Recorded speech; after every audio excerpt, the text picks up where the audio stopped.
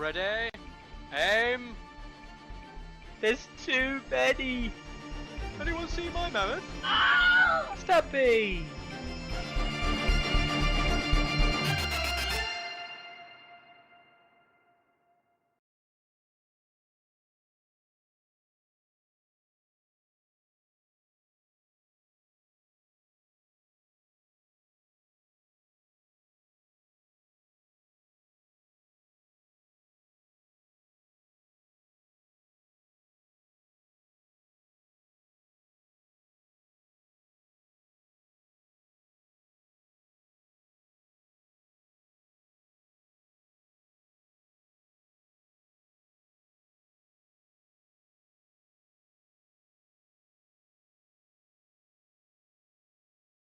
It's been a while. Hello everyone. Hope everyone's had a good Christmas break. First episode back. Yes. Already had different inputs and audio codecs and errors. Yes, brilliant. Didn't take long to have an issue. Anyway, I hope everyone had a great Christmas period, had a great break, and Happy New Year to everyone, of course, as well. It's 2024, which is fantastic. One more year, and if the rumours are right, you know, we're talking 2 months from now, roughly speaking.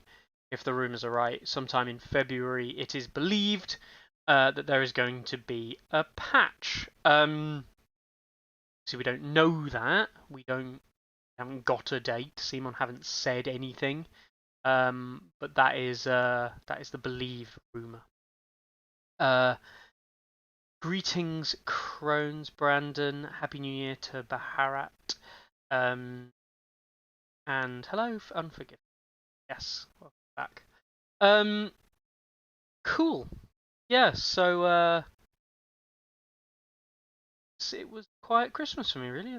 Not very eventful. I think, yeah, really much. Played a big game of Twilight Imperium just before Christmas. That was good. Carlo and I and a couple of the guys from the club played a massive Twilight Imperium. We started at just gone 1 o'clock in the afternoon and finished at, I think it was like 5 in the morning or 3 or 5 o'clock in the morning. I can't remember when we left. It was late, but that was good. Very enjoyable. We didn't actually technically finish, but Carlo won by dint of being closest. Anyway, let's not go into that. But Carlo won. Probably is not a surprise to anyone. But yeah, apart from that, it's a weird one, hasn't it? Carlo's got the site kind of fixed and broken as well in different ways. In case you weren't aware, the builder now, all of the cards and everything on the builder now generated. We don't use assets anymore, or not the cards. Carlo doesn't use cards anymore. All the cards are built through the site in conjunction with some of the guys who've been working on different apps and different things like that. So yeah, that's really cool. However, the site still requires, and the way that it's set up still requires things like ID numbers. Now, everyone here who's asking like, where are giant spear throwers? And the answer is, if they're not really on War Council, we won't have them yet. And when I say we won't have them, is that the way that the site works, and you can do this with anything, by the way, is that if you open up the image on its own, you'll get a code. In this case, Watch Marshals is 10510, and it happens to be F, B, and P are all parts of different images on the site. But this is what CMON creates in War Council. We don't do that anymore. Like, we don't need the assets anymore. Those assets aren't required because we have the assets for the actual card parts are all built now. So those are done independently. The whole thing can be built independently just using a CSV file given to a bot that just goes, here's all the cards. The problem is that you need to assign, if you've got a CSV file, you need to assign it a unique ID, and the unique ID is that number, the 10510, in this case F, but 10510 in this case is the unique ID number, and that unique ID number actually is a code.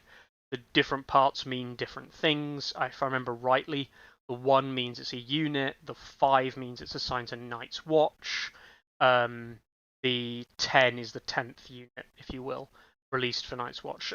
So in theory, you could make these up yourself. You could guess, but the thing is, if you want to use it as a quick and easy port, you need that number from War Council, because War Council is what assigns those things. Anyway, for those of you who even remotely care about any of this, is that without the giants being in there, although the CSV card could be added to, you could write out the rules, it's not a problem adding giants in theory to the site. That unique ID means that you would then have to reassign it for future versions, or every time there was a change to anything and you re-uploaded a CSV, you'd have to manually change the giant CSV unique ID and make sure it didn't overlap with anything else, and it would be an absolute nightmare. And yes, before anyone asks, CMON the War Council app creators, or whatever, they are not logical with the way that the number works. There is logic behind the numbering system, but they are not logical with it. So you'd think Watch Marshals is the 10th thing, the 10th unit out for Night's Watch, right? But in contrast, if you jump into, say, Free Folk, let's do it kind of weirdly. Frozen Shore Hunters. Now, if I remember rightly, Frozen Shore Hunters are 21. Yeah, Frozen Shore Bear Riders are 15. Now, I don't know about you, but I don't think there were 6 different unit releases between Bear Riders and Frozen Shore Hunters. So that's the kind of problem you have. 1-1 is 1030 or 10306. 10 for you, or 1 for unit, 03 for Free Folk, 06. 1-1 was the 6th unit ever released for Free Folk. Now that's blatantly not true. So this is kind of where the numbering system starts to fall apart, where if Carlo wants to add anything to the site, he has to kind of predict what the number is going to be. The problem being, notice he's fixed these, the problem being is that you can predict it, but that a prediction is never necessarily right. So you're predicting, but without any real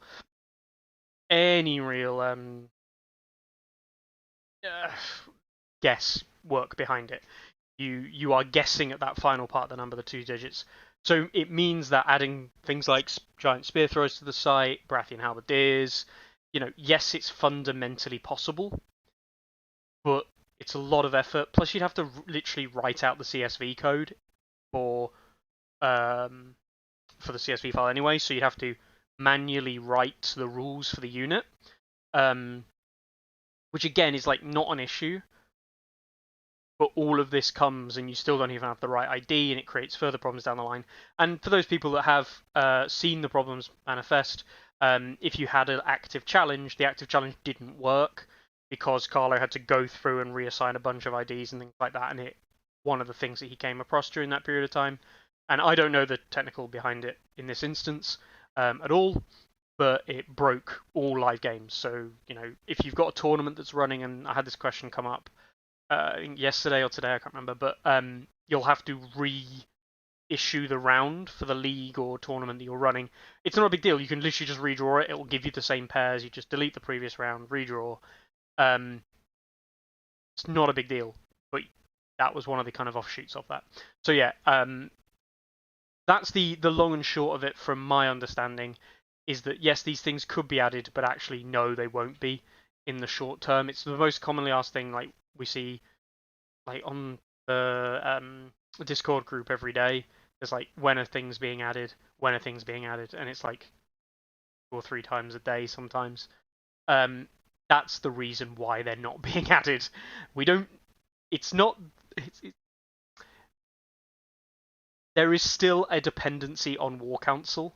It's no longer as heavy as it used to be, but it's still required. If it goes for a long period of time, like post-release, where these things are not released, I'm sure Carlo will just make up a number and stick them in. Which is what he's done before, by the way, which is why things have been a bit all over the place with some of the IDs, such as Varamir's Animals, Baroque and Brock's Boar and all those things. But yeah, as it stands, they are, I believe, technically not supposed to be released, or they were just released on the Friday. They're still not on the app, and as a result, that's why they're not on the site. Happy New Year, Mikkel, as well, and Happy New Year, John Weiss. Yes. Genesis System is releasing a source book for that universe. That's interesting. Cool. Good evening. Good evening, and Happy New Year as well to Ilya. All right. So yeah, that was just my first thing diatribe. I know it comes up a lot. All right then. So let's dive in to the next thing, which was CMON were very busy over the Christmas period. We have kind of seen Darkstar Retinue get somewhat released. We have kind of seen Giant Spear Throwers get somewhat released. They've not been released in the UK. We don't have delivery dates at all.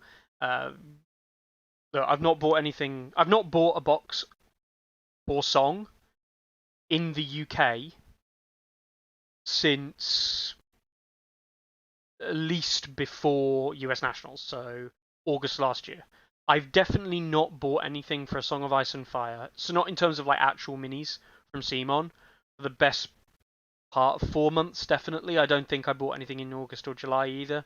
And I did buy stuff in September when I was in the US, because when I was in the US, I bought stock like Boltons to bring back to the UK, and things like Red Cloaks, which for a long period of time we didn't have in the UK. But like, I've not bought stock. I'm just looking at my shelf there with everything on. I don't think I've bought CMON product or CMON stock for a long time. Certainly not for myself, and certainly not from the UK. So yeah, like that is the sad thing there about UK release dates, certainly. But yes, we've got Neutral Hero Box 3 has now been thrown into the mix. We've got Giant Spear Throwers. We've got the Darkstar Retinue and the High Hermitage Sentinel. High Hermitage Sentinel I do think is pretty good. Saw an interesting report from Jordan / Abiscius today, saying that he ran the High Hermitage Sentinel instead of a Spearlord, and he thinks it was the right choice, which yeah, fits with kind of what I was thinking. Gonna run this the Sandskirms, run it with the HS instead of the SL. Acronyms, don't we love it? Yeah, we've also got Stony Shore Pillagers that are supposed to be coming out, are out. I don't know. Ilya's saying that he's got a unit of them and he's quite happy with them. Yeah, they're an interesting little addition to Greyjoy. I think I don't know if it's something that they need, but it's definitely something that is good. Tom says, Happy New Year. Darkstar Retinue and Neutral Heroes 3 are out in the UK. Oh, cool. That's good to know. I've not been on top of UK stock. More on that in a bit as to why, but yeah. Good. That is good, Tom. Yeah, so that's kind of where we're at. CMON released a ton of Facebook posts as well. Now, these were the weird thing about this, right? I do think this is super weird. Excuse the massive illumination as I load up Facebook and whiteness on the screen.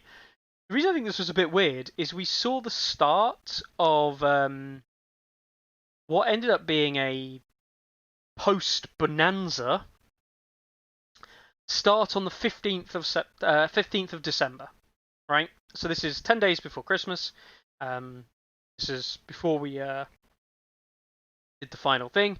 But they've definitely announced that US Nationals is going to be on the 18th to the 20th of October of this year. In Game Center in Roseville, Minnesota. Sorry, Jesus, not Minneapolis, just outside Minneapolis. So it's in the same location as it was last year, and having been there, there was definitely scope for a larger level event. 100 players is probably where I'd cap that venue. I wouldn't have gone more than 100, but it easily could have done 100 players, I think. It could probably do 120. I think 120 might be a little bit of a squeeze if it's the same layout and the same system they have. But the venue's fine. Venue is absolutely fine for that kind of level event. They are looking to basically bolster the size of it. So there we go. There's the first thing. We've got US Nationals coming up in October that they deemed mentioning.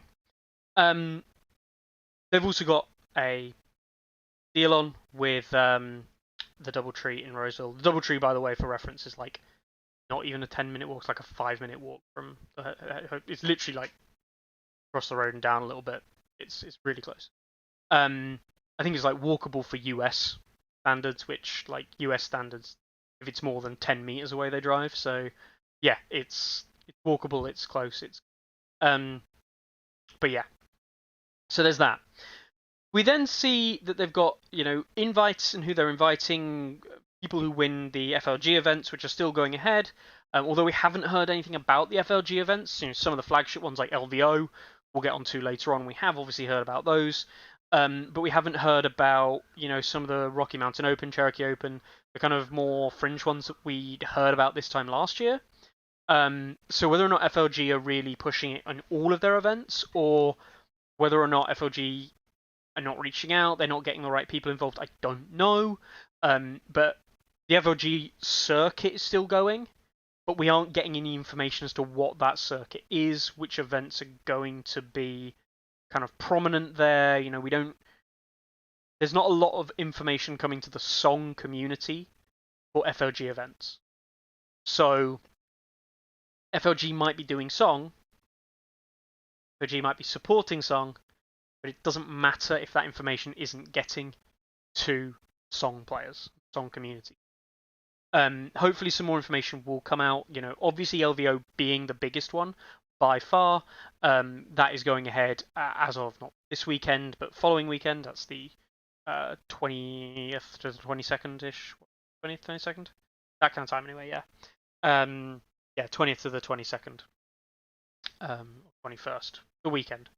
So yeah, that's all going ahead there. That'll be fantastic. Cool. Moving on. So this is all just like, this is a real litany of posts. The top 4 participants from qualifying events secure invites. They are not passed down. They make a very public, very, very public statement about it early. They are not passed down. So you can't pass it down if the top 4 already have it, already don't have it, whatever. They are not passed down. Adepticon registration open on Sunday. That's the next biggest tournament after LVO. Yes, Tigerhawk. Adepticon's not FLG though. Adepticon is Adepticon, run by the Adepticon guys. I don't believe it's run by Frontline Gaming, is it? Unless I'm massively mistaken. Adepticon is run by Adepticon. Yeah, it's not an FLG event. But yeah, Adepticon is probably going to be the next biggest US event after LVO, definitely. It's in March of this year as well. So that registration for that has opened up, and there will be a song event for that 71 days away. Hey, useful to know. I don't know what numbers for that look like. It was a national qualifier, yes. Definitely a national qualifier. It's interesting. I'll actually say, look, it'll be on the event schedule. They might not have actually released the, or they will have released the schedule. Yeah, it's just been slow. Have a look. Song of Ice and Fire rather than a Song of Ice. That's a classic. I'm not going to spend all my time looking for it on here. Not directly obvious. Yeah, I can't see it on here easily. That doesn't mean it's not there, of course. It's just a case of finding it. Oh no, I'm just stupid. Literally a Song of Ice and Fire. Yep, it's all up. And they've sold. I mean, for the main event, 32 of the 64 tickets have already gone. For the so that's the main event on the 23rd. The team tournament sold 12 of 48. The Chimeras sold 23 of 48.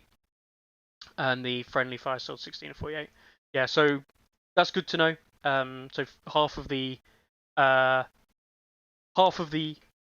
entrants already signed up on the site as well, and brilliantly they're using stats for it as well. It literally says, "Note: all contestants must be registered with Song of Ice and Fire stat." I'll throw this up on screen so you can see it if anyone does want to sign up for Adepticon. Yeah, that's cool. And it looks like it's. I don't know if that means it's presented by them. I wonder. I wonder if they're actually presenting it. CMON are actually doing something with it themselves this year. I wonder. Carl might know. Carl's in the know about these things. But yeah, no, that's brilliant. It's brilliant to see Adepticon tickets. Half of Adepticon tickets going on sale straight away is fantastic. Or I say on sale. Half of them being sold straight away is fantastic. So yeah, that one, when is it opened yesterday? I think. Yeah. It sold in a day. It sold half. Fantastic. Brilliant. Love to see it. So we also saw a couple of nice pictures. If you don't check out the artwork from Big Child Creative, that I've seen some of this, not this stuff. I've seen some of the other stuff firsthand when I went to US Nationals gym, and it is really nice. Like, it is really nicely painted. Do give it a check out. Do give it a like on Facebook if you can. I know it seems like a really kind of like corny way of getting someone else likes, but like, it lets them know that posting stuff like this is worth doing. I think it is. I think I really like these paint jobs. I think they're really nice, and I think it's fantastic that they get support as well. So just aside from me, I guess. So even more hype on the 21st about US Nationals. Yeah. On the 22nd, they're going through the tournament standard rules. They're front-loading day one so that they only have, I think it's 2 rounds on Sunday. If they're looking at 64 players, let's try and project they get around about the same numbers again. At a minimum, 64 players is, 5 rounds? So that would be a 3-2 split. 3-2 split is an easy. I'm right there, 5 rounds. I'm stupid, it's 6 rounds, isn't it? 32 is 5 rounds. Is that right? 16 goes to 8, 4. So 2 you need 1, 4 you need 2, 8, 3, 15, 4. Yeah, 32, 5. 64 is 6. Right, yes. So 64, they'd need 6 rounds, so 4 Saturday, 2 Sunday. God, bad maths, isn't it?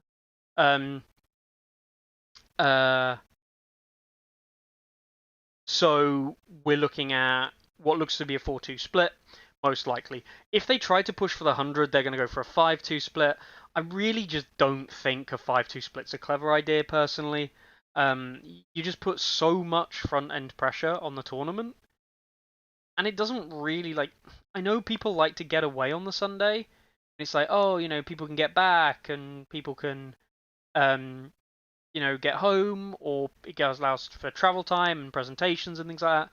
But genuinely, and I do mean this super seriously, if you're running a 5-day Saturday, I'd rather you did a 4-game Saturday to make a 3-game Sunday. Like, if you're doing a 5-2 or sorry, a 4-2 or a 5-2. That's a 5-2 is brutal. Like the 5-2 is brutal and not required. Like 4-3 is the 7-round competitive standard that we've seen across Europe. Going for this 5-2 if they reach the 120 bracket, I think is ridiculous. It's not something I would encourage, but that's what they're going for, and that's fine. 4-2 split's fine. I can't complain at a 4-2 split. That actually makes some sense.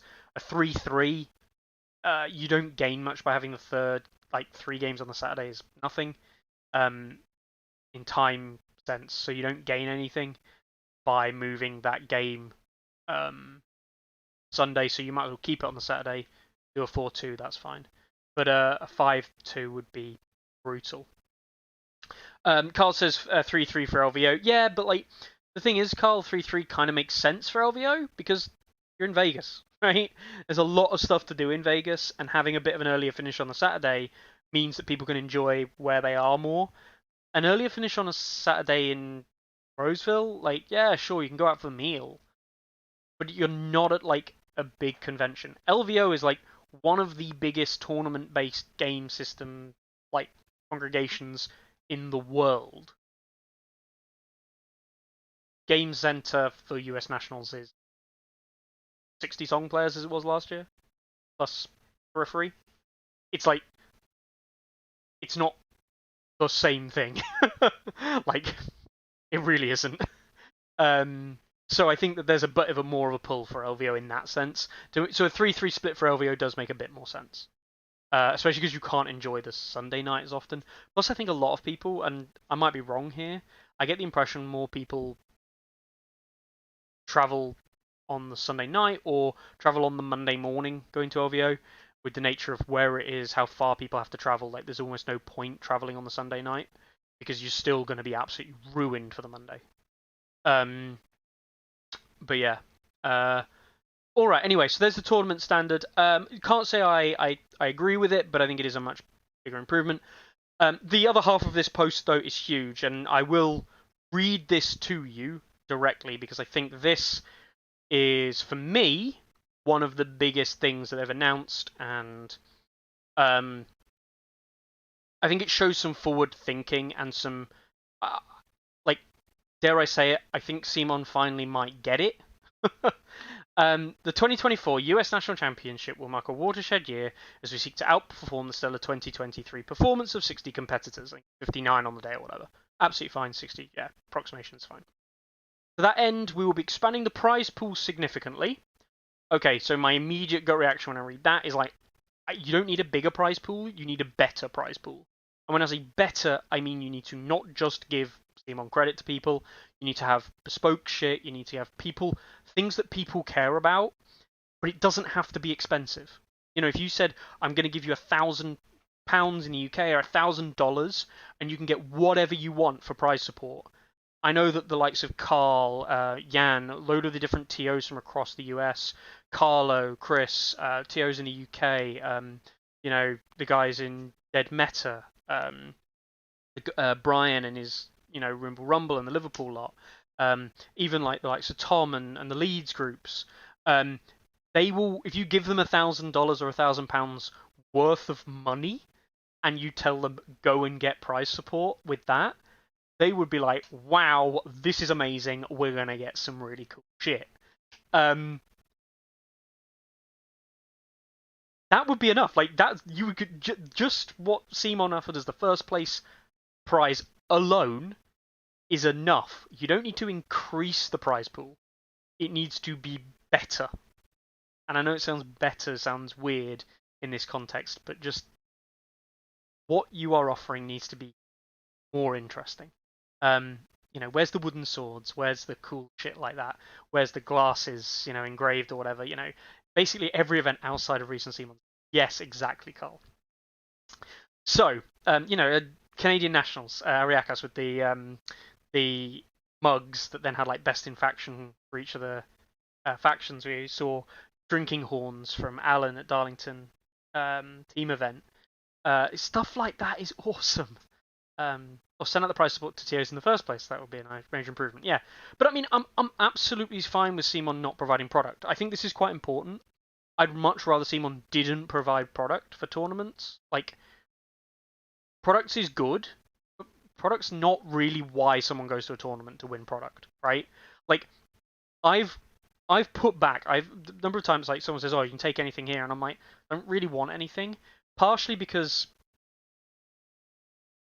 I've already got everything for the factions I play anyway, and second of all, I can just get the stuff that I want from here. Like, all I would do, most likely, if I got stuff. I mean, I've got boxes here. Like, I mean, I've got everything for neutral now, which is fine, and I have been opening up red Lannister boxes to use them as parts, and I'm semi thinking about maybe running Lannister as the third army. I don't count neutral still because I like them anyway. But free folk, obviously, everything for free folk, nearly everything twice. In fact, everything twice except hero boxes for obvious reasons. But then I've got everything Greyjoy's at least once. Everything neutral's at least once. But then I've got like Night's Watch Attachment Box 1. It's literally unopened. Stark Attachment Box 1. Completely unopened. I've never opened these boxes because I've never needed to. And if I want to do it, I'll just take things out. I recently sold a Baratheon Baratheon Attachment Box to a new player starting Baratheons. The only reason I'd opened it is I took a guys out to use them as parts as dead bodies and things like that. Thornwatch. Here you go. Is an opened box of Thornwatch because I thought the models were cool and I happened to get them relatively early. But like, I don't correct Baratheons. Like, this box here that's 30 quid, 35 quid, 25 quid, whatever it's worth. That's just basically junk to me. And I know it's not, but like, the models are cool. It's cool to have them, but product as price support just isn't that useful. Like, I've said this so many times. I'm not a big fan of product as price support. Yeah, Evil Sponge is right. I don't need prize support to complete my collection. Give me something unique. Yes, exactly. Refuge Gaming gives plaques for champions at Cleveland tournaments. I make packs for my monthly tournaments in Chicago. Yep, exactly the right kind of stuff. So plaques. I still have, and I don't actually have them handy because they're downstairs at the moment. But like all the different certificates. I know it sounds like really dumb, but something like a certificate for just best in faction. That shit keeps, and people love that. Dan used to take his best in Stark faction certificate for Always Winter when he won Best Stark player. Was it Best Stark at Always Winter? Yeah. He used to carry that around in his army box, literally for like an entire year. And he was like, "Yeah, I'm Best Stark. I'm Best Stark." He was so overjoyed having that certificate. Just a piece of paper. Like, that could have taken 20 pence worth of ink and half an hour's worth of design, designing them to then print however many he had. And that was almost cherished more than any product he's ever won from an actual event. I think that's crazy. Or not crazy, it's good, but like, shows the mindset of the player.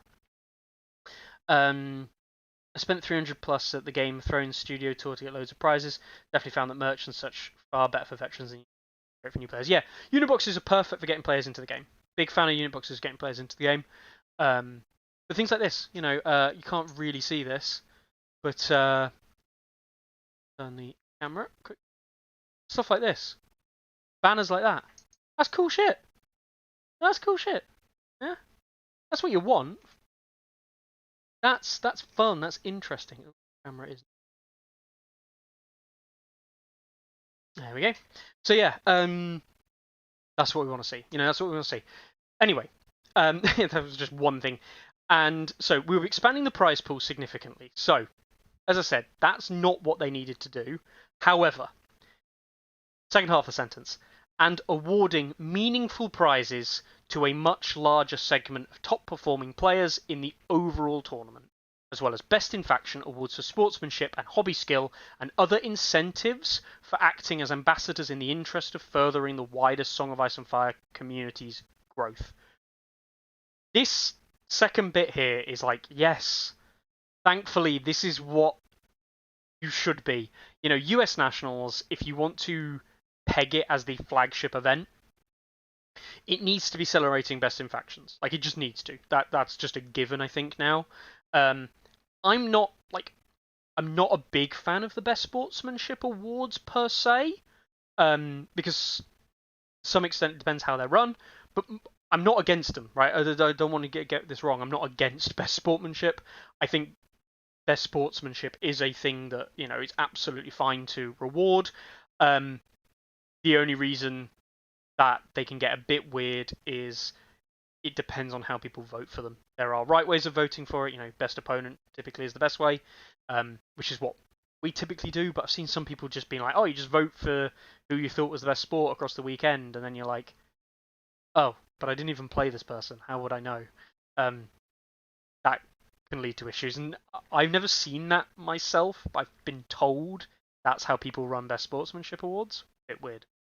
But yeah, sportsmanship, good, and hobby skill. Yes, you know, this is part of the hobby. The gaming is only one part. It's by far the part that I focus on the most myself as a player. But the hobby aspect is important. The hobbying side is really, really a key cornerstone to the game and the game's growth and getting new players in. So yeah, celebrate it. You know, really do celebrate it. And to some extent, having a really nicely painted army and people really putting in the big guns to really push the level of painting and hobbying, that is going to drive some people to attend these events that otherwise wouldn't, as well as driving the community as a whole, and that is a positive thing. You know, you only got to go back a few years. I had a lovely Gladius for winning the Invitational that year, and Chris F&M got one for just having a superbly painted Lannister army, right? But like, that's it. They're on a similar level.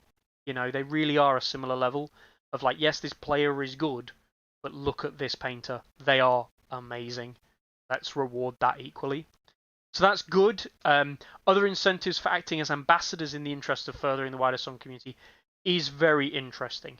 Talking about awarding ambassadors now, I have no idea what CMON are going to do here. This feels like a little bit of a way of trying to reward people they think should get rewards, who otherwise might not. I always find it a bit weird because, like, it's a bit of a fluffy kind of like, oh yeah, like if you're an ambassador, you get a thing. And you know, if anyone knows anything about this, everyone here's an ambassador for the game in their own way. And it feels a little bit fluffy. You're just going to give a bunch of rewards to people that you might like, or you think do lots of the community, or that you think try and grow the community. I don't know. Like, I actually have no idea how they're going to do that. It's cool. It's interesting. I don't know. I do not know how they're going to do that, and I'd rather not know. Yeah, sounds great. Anyway. So anyway, move on. Lovely Dark Red news, by the way. And I know that you said, Carl, that you'd rather them post stuff from viewers and from players, and rather than the big child stuff. I think that would be true. I think, yeah, I like the big child creators of being up there. I really do think that they use the Hobby Wednesdays or whatever, weekly Wednesdays, on the main Facebook group at the moment for people to post what their hobby progress is on a recent thing. I really think that it could be a fantastic idea if a member of CMON who frequents that group, you know, they must have some level of frequention in that group. They should be picking out some of their coolest things. Like, did you see this posted on the weekly Wednesday thing this week?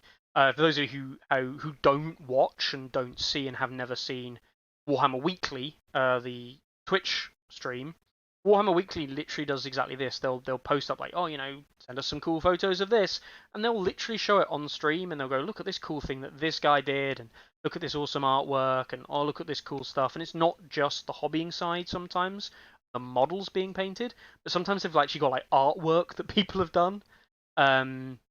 So yeah, like that would be awesome. Yeah, hits and crits do something similar. And from what they do, Dion, yeah, they get stuff coming through, and then they say, look, this is a cool thing that someone has done. Celebrate it. That kind of stuff would be cool. Be cool if CMON did something similar.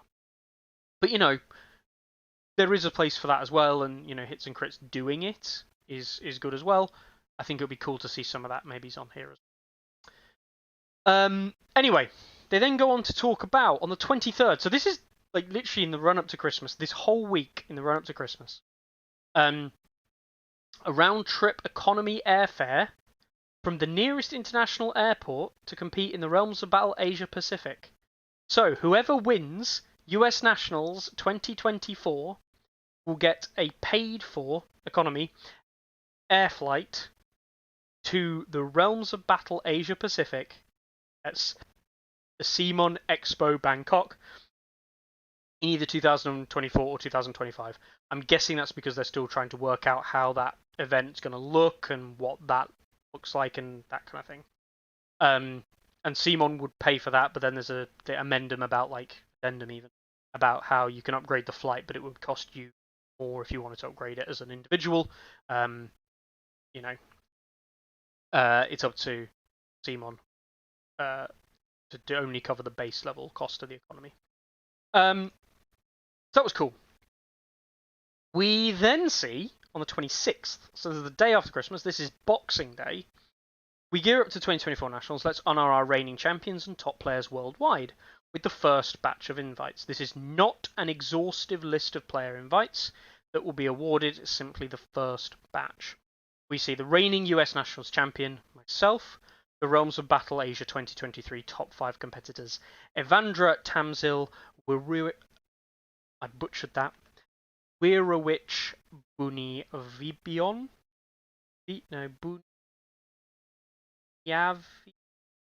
Yep, there we go. Sarawin, Wisnu Arabani, and Steve. I've almost definitely butchered every single one of those names except Van's. So yeah, that's the top 5 from the Realms of Battle Asia, Realms of Battle Asia Pacific. Then we also have the Poland National Championship top 5 competitors. Raul Plana Garcia, Blazej Matisse, Paweł Przybysz, I can't do Polish, Damian Clack, and Carlos Sanchez. Now, they say stay tuned for more rounds of invites and highlights of the best song player from the US and beyond. Cool. This is cool that they've invited these individuals. Yes. In case people don't know where this is going, it's cool that they've invited these players, right?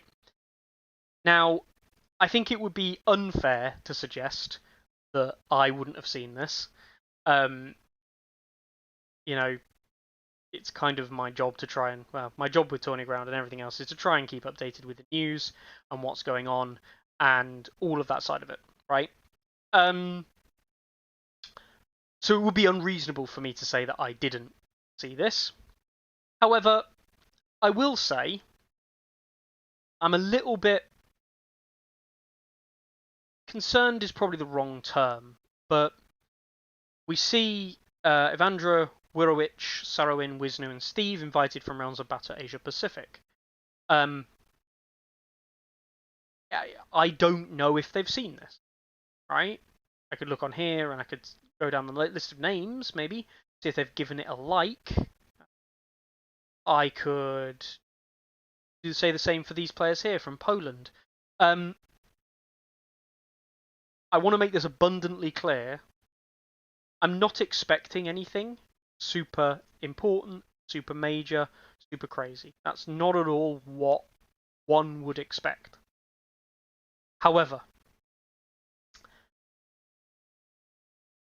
I would have thought if they're inviting you to a tournament, they will have contacted these individuals directly. Now, I can only speak from my experience. They haven't. So, it's possible that there are 11 people invited so far. It's possible that some of these 11 do not even know that they are invited. Now, we are a long way away.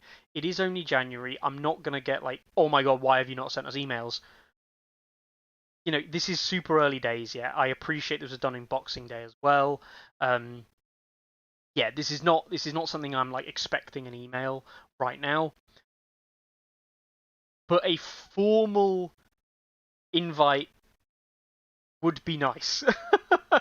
It would be nice to have in writing, in an email address, which I'm sure they have email addresses for most, if not all, of these players. They might not, which is fine. In which case, perhaps there needs to be other contacts built, other methods for them discussing how they're going to contact these players.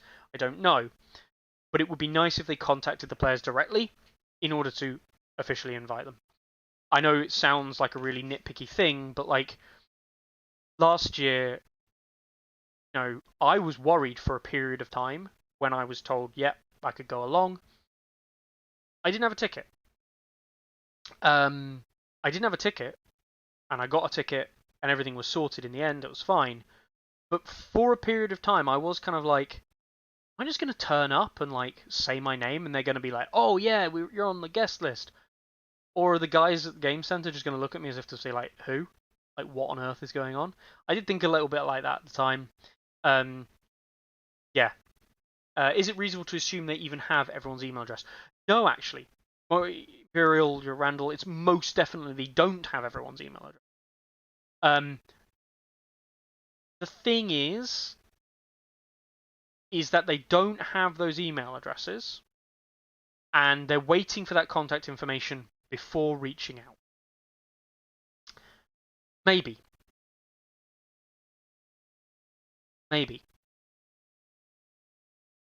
Where are they going to get the email addresses from, though? Where are they going to get these email addresses from? Because this is where I now struggle. Poland was the largest event ever run for the game. Inviting the top 5 players from Poland makes sense. Okay, if they want a top 5, whatever, it could be top 5, could be top 10. They've chosen 5, whatever. Could have been top 3. Cool.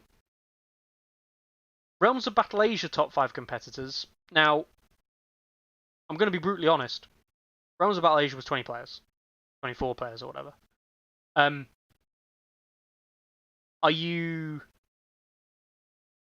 Are we measuring the number of players as the skill level? What are we measuring by here? This is the kind of discussion we had about the FOG circuit the other year. If you go to FLG Rocky Mountain Open and there's 8 players, and the top 4 get invited, that's 50% of the field. If you go to LVO and there's 40 players invited, 10% of the field. Those invites, while shared equally, they're not equitable. And I think that's the difference. And that's not to say that anyone from Realms of Battle Asia doesn't deserve it, or Polish nationals doesn't deserve it. Like, that's not the point I'm trying to get to, so much as it just seems like it's going to be a flat 5. Now, the problem is, where does this flat 5 start and end? Is it going to be a flat 5 from everywhere? So are we going to see, which we don't know, US national champions invited already? Are they going to invite second through 5th as well? They're going to invite the players who came 2nd through to 5th? Or are they only inviting myself because I'm an international player? And the other players were all US nationals, therefore they're all going to have to go through the qualifying system. Is that perhaps their argument, or perhaps what they're thinking is they want to invite players externally because they're external players, they're international players, they need a longer run-in time to be able to prep and sort this stuff out? I don't know. I'm not going to pretend I know, but these are the kind of questions that I was thinking, right? Flat 5 or outside US nationals, one for US nationals because they're going to invite like 80 throughout the year. Yeah, this is it, because they might invite another like loads of more people throughout the year, right? They're going to invite, I'd hope, I'm guessing here, but they're going to invite LGT/US UK national winner, US UK circuit winner for all intents and purposes.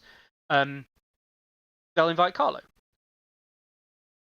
They'll invite Decipher from France, who won French nationals. They'll invite some Spanish people, and I say some because like it really depends on who you're inviting from which events, but from the big series of Spanish events that we see, they'll get invited surely.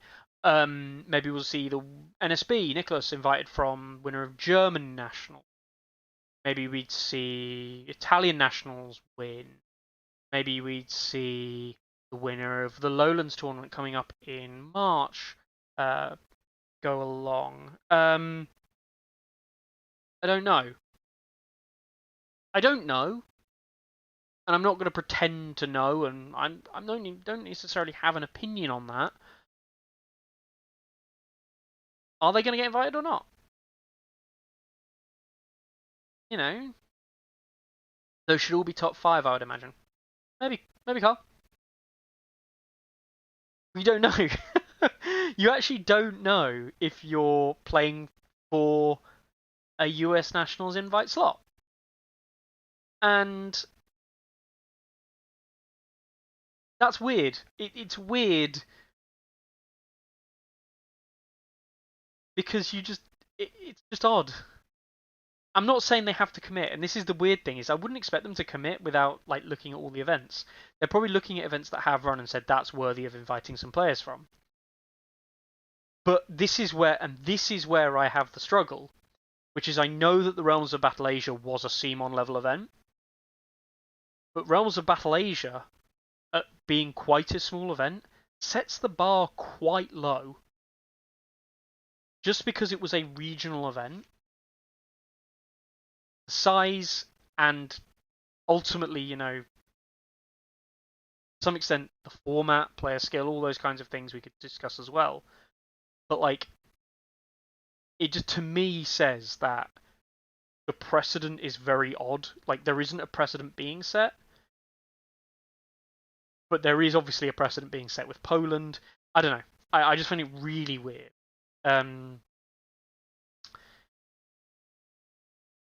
US Nationals is US Nationals, isn't the Asia thing the world's?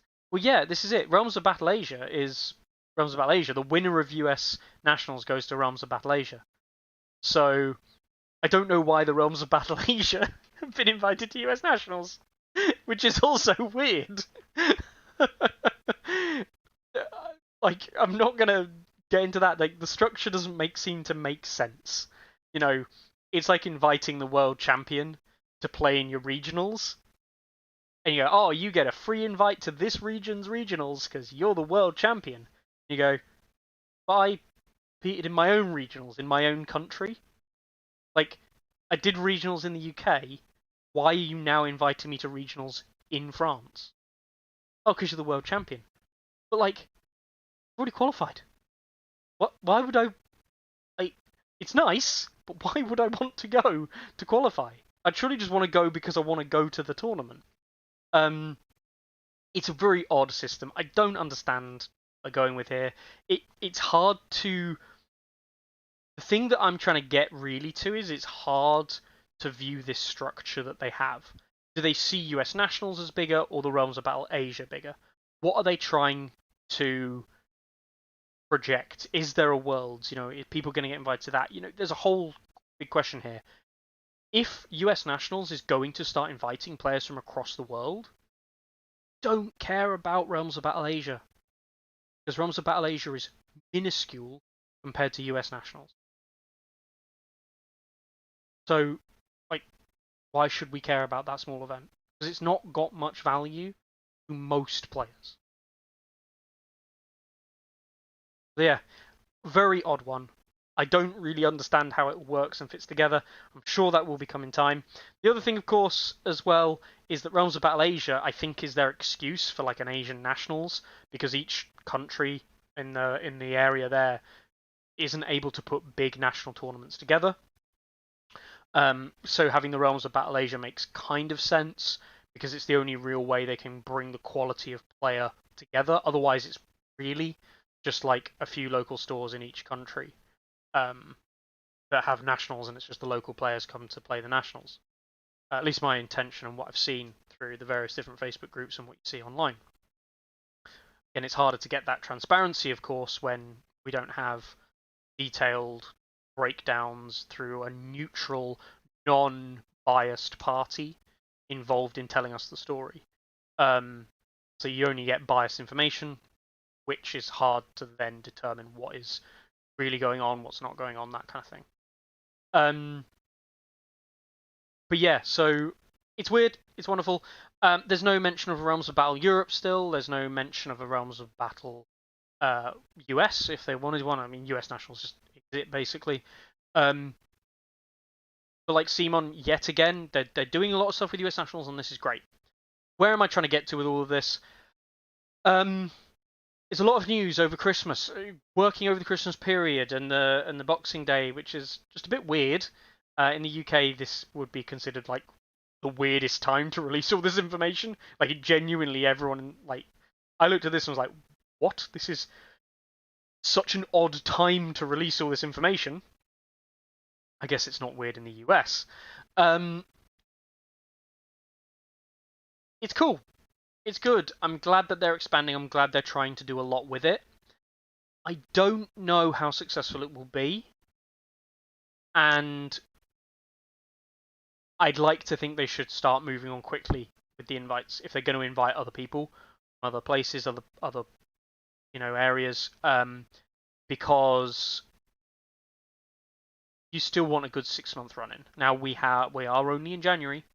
It is in October, so there is, you've got until April to realistically give all these people information. Yeah, you don't need a 6-month run in time. Things like booking holidays off work, booking the flights, having all that thing set up. People like to have a long time for that if they can. Even just working out for a month, whether or not it's going to be financially viable is a thing. Saving up money for flights and stuff. It's not a cheap endeavor. Yeah, it's cool. It's interesting. I think it's good. I just think don't really get it, and the prevailing sadness with all of it, of course, is that there is still no official Realms of Battle Europe and European support for the tournament scene. In terms of CMON involvement, it's very much a case of Europe, just get on with it, you're doing great. And my response to that is, Brill, I love it, we'll keep doing great, but can you not give us that kudos? Can you not, admit that it's being run really well? Because it's pretty annoying having sat here on the other end when everything is done through volunteers and people working their socks off, like the likes of Carlo and Chris have done previously. Paul Winter last year for LGT, Ilya and the guys from the German national got Lowlands tournament coming up, but the guys that work at that, Mikel and the various different organisers of the huge number of different Spanish tournaments, the Le Barateo and the running of French nationals 2 years in a row. Got who else? The Italian, the House of Orcs running the Italian nationals, which they typically do. Trying to think of who else I need to give credit to where credit's due. Mention Germany, get Yannick and all of that as well. Yeah, there's a huge number of people who are volunteering time and effort to run these tournaments, and including putting some money into these things. And Ilya hits the nail on the head. There's just no dedicated support in the EU, and so I think it's really cool what they're doing. I think it is awesome. I just think they need to address it. Even if they address it by saying, "Look, guys, this is what we want, and this is where it sits." Just leaving it for longer and longer and longer, I think, is going to put people off. It's already people are already not wanting to do this kind of stuff because it's hard work. The payback is them having good communities and the communities enjoying it and them making maybe a small amount of profit for the event. that's, that's not the best really. But it's what it is. Anyway, that was an hour long, and I've discussed how the site works and like 7 or 8 different Facebook posts from CMON. Wow. Christ, I can talk, can't I? So yeah. Should we talk about something that isn't Facebook and things? The rankings, we were talking about these earlier today. Bolton's are still absolutely awful. Look at this. Last 50-year low changes -10. Getting worse. Not even like, they're just abysmal. Bolton's are just like, they're just bad, and it's just sad that they're bad, but they're just bad. Sorry guys. This next lot, Martels are now down at number 9 somehow for whatever reason, but I mean, the spread is low. Yeah, Baratheon's at 3rd, Martell at 9th, is a difference of 17 points between them, right? 17 points between them is nothing. 17 points is literally like nothing. In terms of like percentage win rate, let's do what Baratheon versus Martell is the worst. Let's just do Baratheon versus Martell in terms of faction win. It's like 2% win rate. Like any 2 players off the list, even just like me versus Carlo is a good example, right? It barely makes a difference. Me and Carlo is a bigger difference than the faction rating. Now, this is why I always say you should always take these numbers with a little grain of salt, because this isn't the full story. Baratheon's just dropped even a little bit. That's hilarious.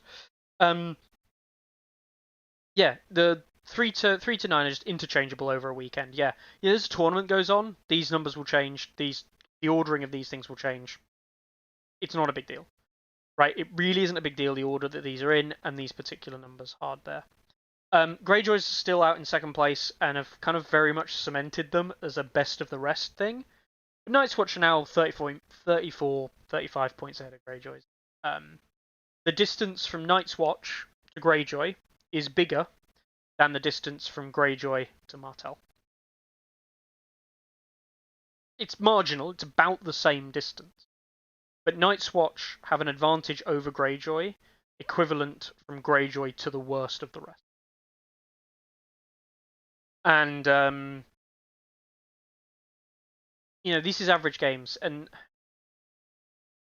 unfortunately, if you look at the commander ratings, it's still a bit skewed, but ultimately Night's Watch just dominate. They literally dominate the game. And I think the weird thing, and one of the things I'll say a lot with Season 3, and to some extent Season 2 did it as well, is that Season 2 and Season 3 leveled out the commander power levels, right? Now, when I say they leveled them out, they didn't level out commanders in the game. They leveled out the power level of commanders within the same faction on the most part. Your commander, for most factions, isn't really that big a deal, right? There are some factions which it makes something completely worth playing or not. But like, look at Night's Watch. It just doesn't matter. They're strong, right? You look at Greyjoy, Baelor, Vic, Euron. Bruce is there. Theon's there. You only have to come. There's other stuff's been in the mix, but Vargo and Dagmar, they're still okay. Dario and Ramsay pretty much like bang on, barely changes the faction rating. And there's something like Jockin is below average, Asher below average for Greyjoy, Eric, as we know, very bad. Always has been bad. Way's just sad, man. He's the worst faction commander. But like, he's 37th. He's their worst commander, coming in at 37th. At 12 points, which is what, 13 below? Yeah, 13 below. Greyjoys start at 15th. So if we ignore the top 14, literally ignore them, all Night's Watch, you're saying that the factions, all of Greyjoy's commanders fit in the top 22 commanders, right? The commanders overall was plus 19 for Baylor there to minus 13. So what, a 33, call it 33 point difference between top and bottom. That is literally a 33 point difference between top and bottom is equivalent from playing Night's Watch to Greyjoy. The top Greyjoy commander versus the worst Greyjoy commander is like playing an average Night's Watch versus an average Greyjoy. Like the spread isn't that big, not as we've seen it before. There are other spreads. Drogo up here at 39. Let's just cycle for Targ. Completely playable, completely playable, borderline meta commander in Khal Drogo. And then you look at Grey Worm at minus 20. That's a difference of 60. That's a lot bigger. Targ's saying that, yeah, this commanders matter. Commanders matter a lot, and the way you build lists. Because Grey Worm, guess what? In these infantry-based lists, isn't worth running. No, not worth it. Just run Cav and run Drogo and run Dragons with Mother Dragons. Just do good things. Baratheon, who've got Loras up at 32, yeah? Where's it worst for them? Stannis down at minus 13. Factions that don't have that same level of consistency because the commanders matter a little bit more, right? But they're not significantly more. They're just a lower power level. It's, units. So we see dominantly Stannis side. So you've got Renly here, King in the South. Okay. Actually pretty bad. I'm surprised King in the South's that bad. But Stannis side. Not. Renly side. Usually played Stannis side. Stannis side. Yeah, Jockin is Jockin. Stannis side. Ramsay usually plays Stannis side. Renly, Dario, Stannis, Renly. So it's the Renly side and Stannis OTK who are pulling up the list. Let's have a look at Free Folk is a good example, right? I was forgetting about Balon. Is Balon that bad? I have to admit I didn't see him. Oh dear God, yeah, Balon is another 10 points off the bottom of Eric. I do apologise. Yeah, Greyjoy's. Yeah, guess what? When you run Balon Commander, it really is. It's so unbelievably stupid, isn't it? You're on Balon Commander, and why is it bad for you? Is it because Balon Commander's bad? No. Is it because Balon Commander has weak cards? Not really. Is it because his ability on his commander's bad? Probably not. Do you know why Balon Commander's bad? You can't run Balon NCU. It's that simple. It is that simple. Balon Commander loses games because he isn't allowed to take Balon NCU. And that just makes him the worst. Like, literally, it makes him the worst Greyjoy Commander.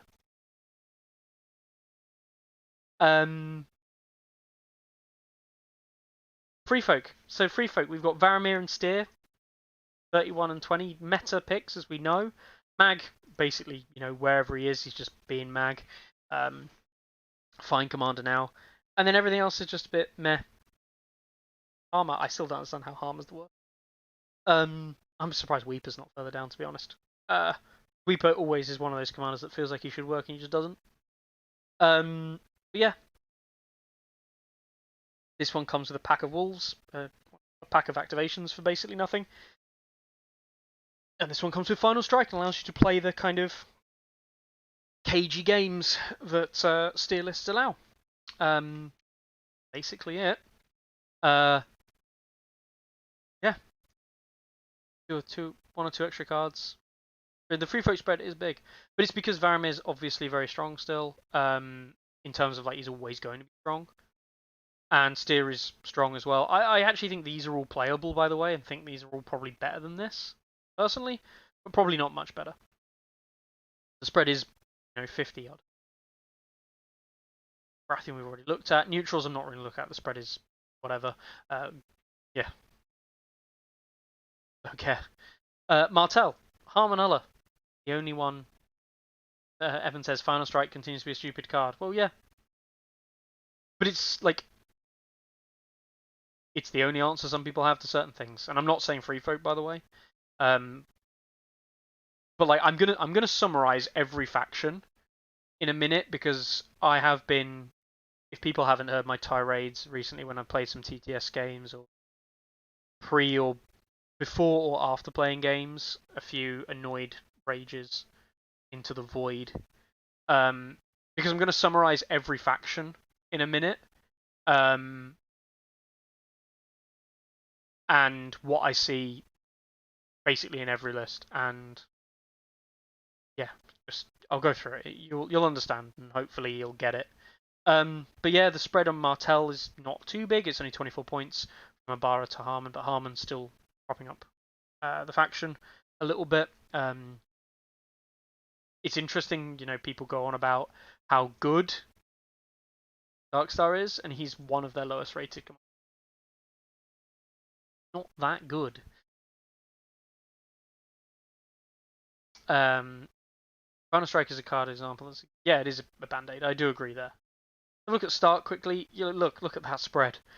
5 down to, for the most part, what, -7 at the worst. That's like a 12-point spread in Starks. Then you've got Howland, Eddard, and Roderick. And guess what? Eddard is lower, probably because you can't take Eddard NCU and run the Tully Cavalier type spam. I have no idea why Howland and Roderick are lower. They're just not that good. Yeah. So,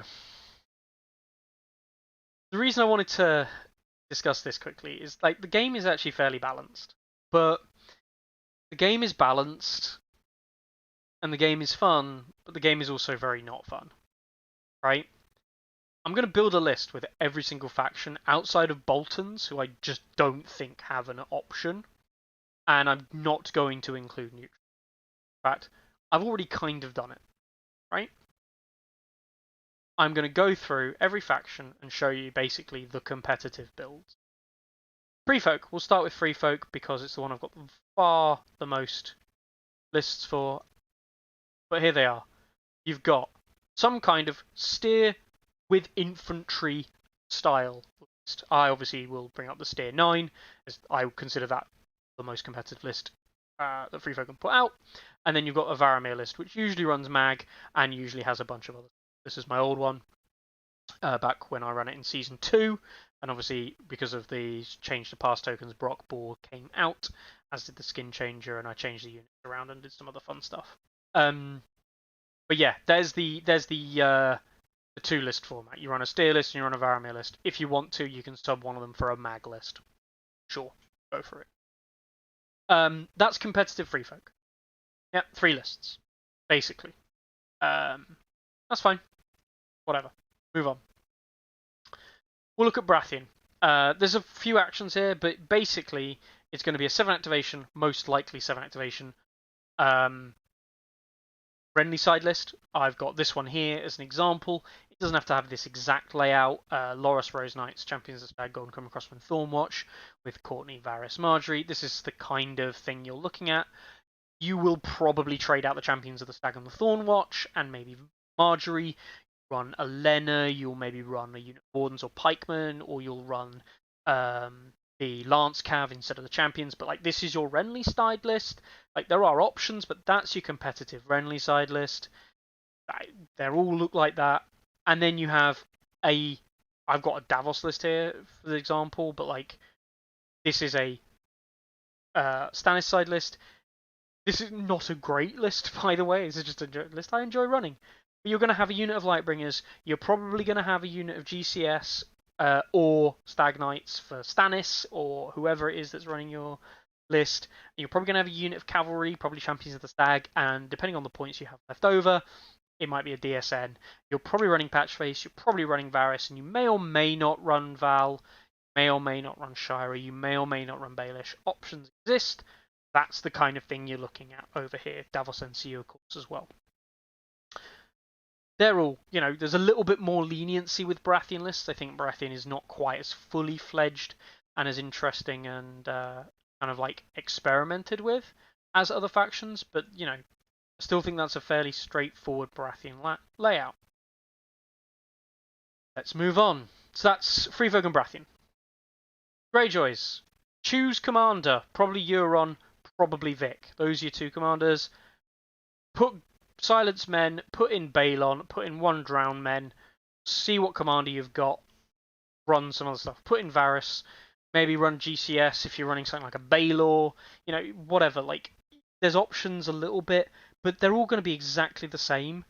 First, like, this is borderline every competitive Greyjoy list, right? You do this. You add that. You add that. And you add that. You're 16 points in, and you've already got 3 units. You may, yeah, Theon may even make the cut as well. Yep. You may even add another unit.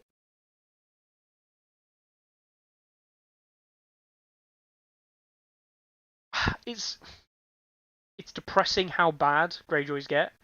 Don't take these things, and it's obvious how bad they get. So yeah, like, it is what it is. Greyjoys, they're one-dimensional. Both lists are going to have probably this unit and this unit in. They're an incredibly one-dimensional faction, in my opinion, and I hate it. I actually hate it. Yeah, choose your favourite topping of Silence Men and Balon. Targ. Well, let's face it. You're probably going to run. I don't know if I actually have the old Targ builds on here. This is a Targ list I put together a while ago with Drogo. Guess what? This is not particularly amazing. What you want to do? I don't have the old dragon one, but screw interesting units. You just take the best units you can for the points you can. Guess what? It ends up being Screamers, because I just don't see Blood Riders anymore. Which is crazy. Like, crazy. Take Drogo, but you don't take Blood Riders. Like, what the hell? Like, what the hell? In what world, when we introduced pass tokens, is taking Blood Riders... Taking Drogo is the best choice you have with Targs, and taking Blood Riders is not the thing you do. So yeah, something like this, and then you're on 2 dragons usually, a lot of people do, so it's double dragon. Your choice of which ones you want to run. I'm just going to run 2 because they're the first 2 to click. And then whatever, I'm going to run, I don't know, GS here. Why not? That's what people like to run. I wouldn't have this at the here. I'd have something interesting myself. I'd go for a unit of Vets or Screamers. Screamers with Ricaro, maybe? I'd just run Screamer. Otho. Otho would be interesting. Follows Battle Scars. Oh god, not that one. That's the one when you don't want to. I'll run Jorah. Why not? I'll run Jorah. I like Jorah. Maybe I'll run that in Outriders, and then I'll get rid of him and add in like a 5-point and see let's add in Barry. There you go. There's a Targ list, and then you wrote Mother of Dragons or whatever as your second one. Run a Marcelin cheat out extra freedmen type list if you want. Your choice. This is the one you're going to use, so I won't worry too much about it. Again, I think there's space with Targs for, like, we've seen Mother of Dragons and Queen of Marine doing quite well. Obviously, there's space to investigate there, more competitive list building, and I think there might be options. But I really don't see how they face into Night Watch. Like, I really don't. So yeah. That's what, those 2, that one, no, those 4 done, right? It then gets very, very sad. Because these 2, I think, are interesting. Greyjoys are they're just a one-trick pony, and they just do it very well. Targs are Targs, and they're always just doing a bit of an anathema. Martells, there's ways you can do it. There are lots of options, but the sad truth of the matter is, it probably starts with that. It probably continues that. And now that Ariane is out, it probably has that. And guess what? It probably still has that. You may or may not remove the Varys, that Aerys. But Varys is good. Like, Roll says now do a second Targ list. Sure. I'll quickly do a second target list, shall I? I'm a big firm, though, if you're going to use the 2-list format, you should try and push it if you're talking about 7 and 8 activations. So you should really push the format. You've got a 7 activation build. So let's build an 8. Go for Marzelin, and we'll go for him. Really exciting unit. Boom. Boom. Go for that because it's worth it. We'll run this in this list. Obvious one. And then we'll go. Let's go for one of them. That's fine. Go for one of them and then these are points left. Nice. And I'll trade those out. That one. That because I can combo, and I'll upgrade that to that. There you go. That's what I would probably run. Don't know if it's that good. There's a Marzelin 8 though that goes to 9 with the 3-man combos, which you're deliberately running a 9 activation here to face things like Free Folk. You could even drop the Brazen Beasts for Arakar. You're looking to compete in the 9 slot, so Free Folk typically will bring 9s, may bring 10s. This is designed to bring 9s, but because you've got Varys, they have to block swords to stop you bringing 9. But Varys also kills things like the Shadow Cat, which is typically what you see from the 10.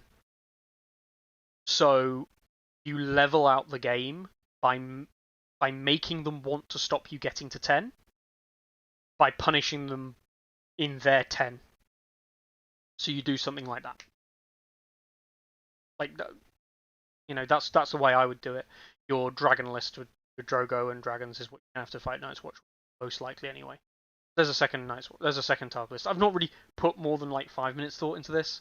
I don't actually know how good this is. Maybe it's a bit some more thought. I wouldn't have Jorah. The real sad problem, which I'll get to with all of this, is that well, I'll explain it now. And I was offering someone some list advice yesterday, and they asked me about a particular combo and a particular thing in a list. They didn't know if it was good or not, whether or not it should be improved, or what I think could be done about it. And I assessed my own list building opinion. And actually, I came to the conclusion I was no longer building competitive lists. And the advice I was giving wasn't giving competitive list advice.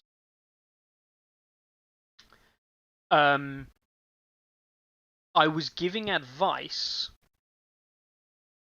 based on what I enjoy and what I wanted to see in lists. You've noticed I've put Jorah Mormont in some lists here. Do I think Jorah's that good? I think Jorah's completely playable. There's a 1-point attachment with Tac Repo and Stubborn Tenacity. I think this is completely playable. Right? Probably run him in Screamers rather than the Outriders in this instance. Maybe the Outriders, don't know. I think he's a completely playable NCU. Right? You keep saying this, but you don't think he's good. Or you wouldn't run him in a competitive list, or you don't see him in competitive lists. I'm like, yeah, you don't. You don't see him in competitive lists because competitive list building genuinely feels very closed at the moment. And we'll get onto this in a second. But like, there's a lot of the game that people just don't experience.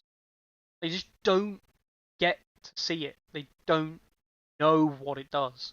They don't experience the game. And I say this because I've literally played everything. Outside of attachments, I've played every unit. I've played every commander. And we can argue that how competitively have I played them. Some of them not at all competitively. But a lot of people have not experienced everything in the game. And I bet you anyone alike, most people have barely explored 50% of their faction. And a competitive Lannister player I was having this conversation with told me that there are Lannister units he's never used. Got 400 games, like 300 to 400 games of Lannisters. Never used some Lannister units. And I just think that's a combination of really sad. Like, it is actually really sad, while also being an indictment of like people's ingenuity and the interesting things people try. I'm not going to sit here, and this is something like, I'm not going to sit here and tell people like holier than thou, you should try everything. Why aren't you running shit units in your competitive builds? That's not at all what I'm going to be telling people, because that's just not the right thing. But to have not played units at all, not even tested an idea or a theory with them, I just think it's crazy. It's just crazy, like honestly crazy. I've run every unit Free Folk. I've run every unit in Lannister. I've run every unit in Stark, I'm pretty sure. Yeah, I'm pretty sure I have. Might not have run. No, I'm pretty sure I've run Maul and Bruisers as well. Like, yeah, Data's right. You know, competitive players who haven't played every. Like, I'm not saying they have to win with every commander. You know, I'm not a big proponent of having to win with every commander, although obviously that would be great. But some people don't even 300 games and they haven't even played every Lannister commander or every Night's Watch commander or every Greyjoy commander. Yeah, the Django side of the game is pathway to many lists. Some consider it natural. Some stuff is just transparently bad. I agree, Evil. I do agree. Some stuff is bad. But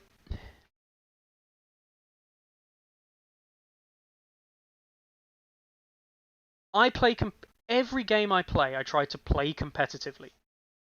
Right? I try to play every game I play competitively. That doesn't mean the build I bring has to be a competitive build. And that's, I guess, really what I'm trying to get across. Is that you see people, you know, certainly on LFGs and things like that, and they run the same builds again and again and again, which is fine. Absolutely fine. If that's what you want to do that, that's fine. Got no problem with that.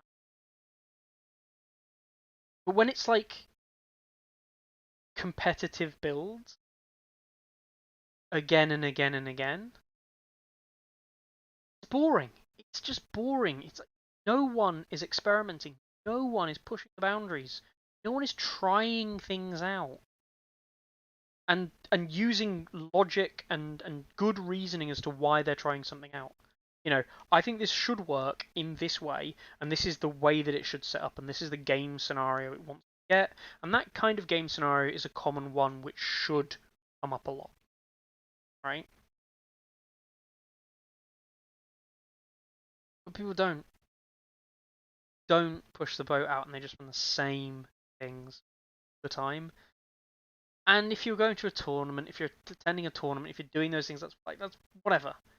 Like, even just casually, it's like, play every game competitively. This is a casual game. It's still going to be played competitively. Where's the ingenuity? There is nothing riding on this game. It does not matter. Wait, where's your ingenuity? Where's your interesting stuff? And I actually have a few games I'm going to show you exactly this, right? Well, one game in particular. Me and Ross sometimes when we play games, we literally do faction mirrors, right? We say, let's just roll a mirror of a faction. We'll randomize to see which faction it is, and we'll play it. And we rolled and we got Greyjoy, and we both said, "Oh God, I don't want to play a Greyjoy mirror," but we played it, and we both built lists. And I went in with the intention of trying to use stuff that doesn't get used very often. And I said this to Ross, I'm going to be trying to run stuff that isn't used very often. And I built 2 Greyjoy lists. You're going to look at this list and go, that's pretty much a basic bang average Greyjoy list. It's Euron in Silence Men. It's Ironborn Bowman with Jock in 2 pointer, pushing the boat out. and a Reaver captain. Harlaw Reapers with the Widower. Ironborn Reavers with Lady Ash 2-pointer for Sentinel Gang Up. And my opponent goes, Harlaw Reapers Euron, Silence Men, Ramsey, Rutheon, Drowned Men, Blade Men, bit of a push out. Makoro, interesting, you don't see him very often in that NCU slot.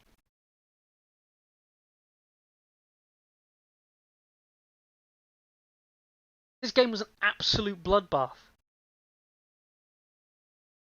We spent the whole game kicking each other's teeth in. At the end of the game, I'd killed the Drowned Men, the Flayed Men, and the Drowned Men again, and he'd killed the Silence Men, the Bowmen, and the Reap, and I brought the Silence Men back. That was a 6-round game, and it ended 10-9. We kind of kicked the balls out of each other, and it was not that fun to play. And I say not that fun, not because like neither of us was winning or everything, but all we did was just hit each other and make each other pass and fail panic tests of this, that, and the other, and it was just like, it's just not a particularly fun matchup, which is crazy because I'm a big fan of mirrors. I'm a big fan of faction mirrors. Greyjoy just isn't fun to play. Not at all. Hate it. Which is sad because it's the faction I've got there. But even when you're trying to build lists with stuff that doesn't get seen much, people don't. Like, people really just don't do it. My other one, which was... This was my other list I was going to try. Yeah, Eric in Harlaw Reapers. Drowned Prophet and Silence Men. Nothing here is particularly interesting. Drowned Men. Reapers with 2-point Carl. No, not 1-pointer. Oh, but I've got Asher would be Queen.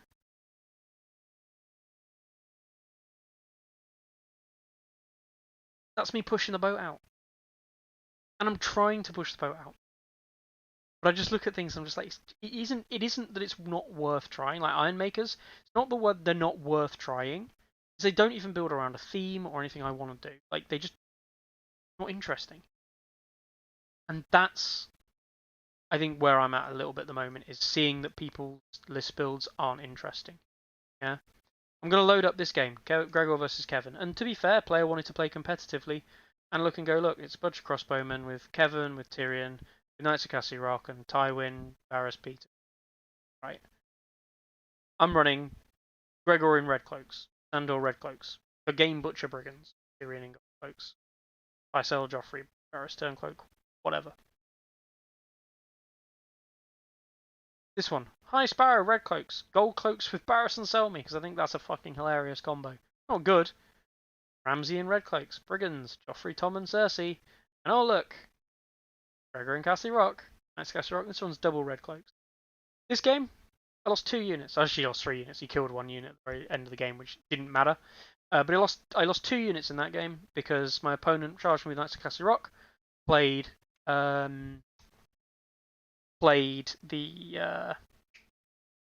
whatchamacallit?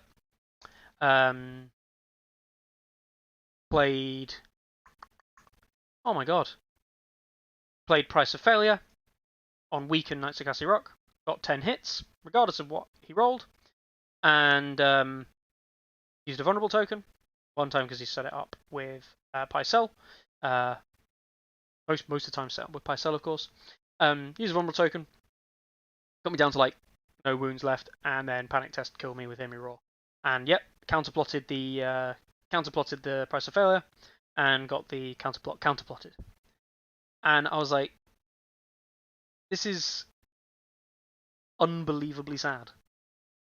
And I lost fair and square, but like, after the game I was like, the game plan was, and always, the intention of this list and the intention of the way this plays. You just want to blow me up with cav charges twice in the game. That's it.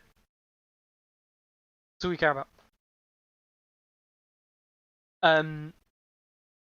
It was frustrating. It's frustrating because you know what's coming.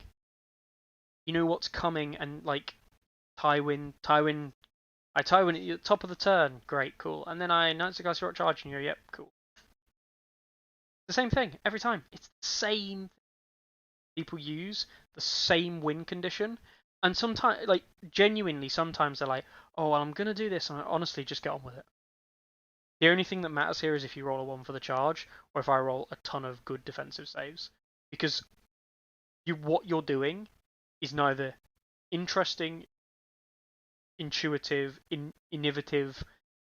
Nothing about what you're doing is interesting, because I've seen it hundreds of times happen. And that's where I'm a little bit at the moment, is that people just, it's the same win conditions, it's the same ways of doing it, and it's the same like literal procedure that the players go through. And it just is frustrating. It's frustrating because it's not that you can't do anything about it. If you try and be inventive and be creative, and someone runs something like that, you just tell them, right, go ahead. Here's the bit. You almost tell them what to do in their turn. You don't, obviously. You sit there quietly and wait for them to do their thing, but you're waiting for them to do all of those things. You're going to do this, do this, do this, do this, do this, do this. This is going to happen, and the odds of killing me are like nearly 100%. Why didn't you do anything to stop it? Because a lot of the stuff in the game at the moment doesn't stop this stuff. You don't come with a list that's competitive and has stuff to stop these combos. You just have to sit there and take it. And it's why I think the game is in a healthy spot competitively. Because if you look at the competitive builds, a lot of them do have ways of working around this. They have a lot of cantrips. They have ways of setting up scenarios through activations, through card play, through loads of different things. A lot of what they're doing is understanding that these things are going to happen, and then do something when it does. They respond to these moments. And that's why they make good competitive lists. They never really get themselves in those problem areas in the same way, and they also have good responses to it. The non-competitive lists don't, is the simple truth, and it sucks. Because you're relying on almost your opponent's failure to not use these common combos. I ran against a Greyjoy and he didn't deploy his Balon unit until a turn or two too late. And you're like, what do you mean? He's like, well, I killed his silence men off quite quickly. Yeah, cool. And then rather than just deploying immediately into my rear, he did another move because he thought it was important, and then it meant I could recover, or I took the horses and I was able to do this. And there's obviously always counters to that particular combo, but I don't know. There's just I'm very a bit done with things at the moment, guys. I'm very sorry. I just think that there's a lot of games. Yeah. You're not wrong, Matt. You're not wrong. I've played this iteration a lot. And the reason I say I've played this iteration a lot, I've not... How many games have I actually played? Question.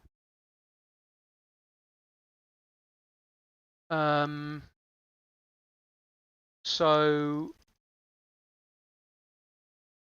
the patch came out in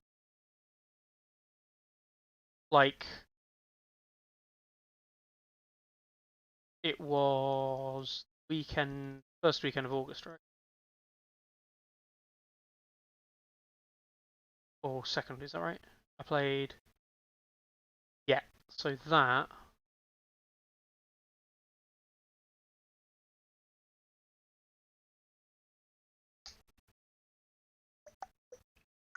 that's my game against Mark, right? Yeah, my game against Mark. So that was the game against Dan. So the patch got released here, right? So that's that. That is game 77. So I've played 77 games in the Season 3 patch. I played 77 games of Season 3, right? Now, is that a lot? I don't know if that's a lot. Comparatively, I played a fair amount of Season 2. I actually can't remember when Season 2 got released. January? February time. Yeah, I mean, here's a massive gap. Ramsey, Howland, Black Tide, that one. The old Baylor. That might have been old Baylor, Silence Men, double. Yeah, that would have been old Greyjoys, because that's an old Greyjoy list.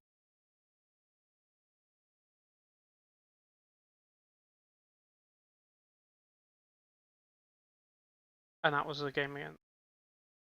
That was old Night's Watch 8. Someone asked me to play it. Yeah, fun. Trying to find it now. That. Oh God, what's that? That 50 points. Oh, I played a 50-point game as well. Forgot about that.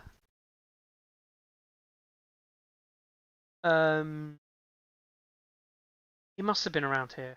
No one knows the date. But yeah, I played a lot of games of season 3, and the problem is, the reason I was saying when did season 2 get released, is season 2 and season 3 really, they really felt the same. Like they really did. They felt very similar, and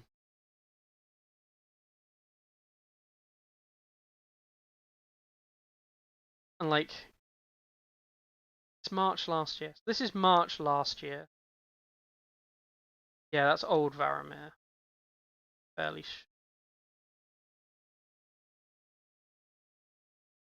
It would have been after March. I don't know. I don't know. I'm wasting people's time now.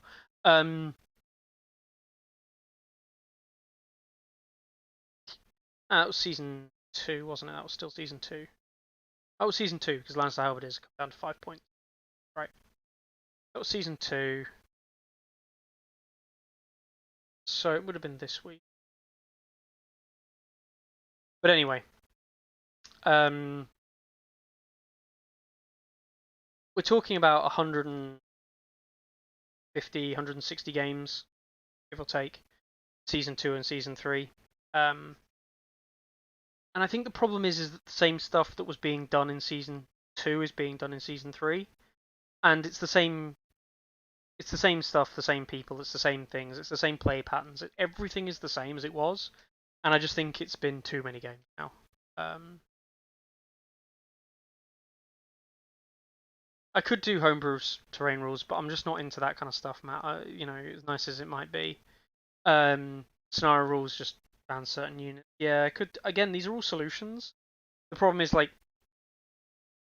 I'm under no illusion that I wouldn't make. Like, don't think I'd make good rules. Like, I don't think I'm that good a rule writer. I'm not that good at writing scenarios. I don't want to ban units really when I play. It's not what I want to do. I want people to be imaginative, and the stuff should be there. But like, run Unites of Castle Rock, but game Brigand in them, or game Butcher in them for the Fuel by Slaughter, and run them as a tank. It's not necessarily the units themselves. It's everything around what you see and how the game is played. Yeah, I think I'm probably just tired of it. The competitive game has essentially been solved. That's the funny thing. I don't think it has. Like, this is the other thing. I don't think the competitive game has been solved. I think the competitive game is solved if you are certain people in certain factions. I don't think that it's solved for Baratheon properly. I've been talking a lot with Jake. Do a lot of training with Jake in terms of like talking through how to do list building and like how theory around different aspects of the game should work, and running him through ideas and concepts and stuff like this, right? And it is crazy. I started doing training with him about here, right? You can take with that what you will. But we do play a lot. Usually not on stats because we're usually like testing ideas, and we're playing the game in the sense of like, this is what you should be doing here, this is why you should do this, right? We'll play a few more rounds. This is probably the right decision. You need to do this. Remember this trigger. Da-de-da-de-da. There's a lot of that going on. And the thing is that you do get, let's get lists like this. I mean, it's actually no, that's a bad example. lists like this, which people, you probably haven't seen very much of. And I'm sat here and I'm thinking, there's probably merit to this list in some ways, iterations of it that were being run. But like,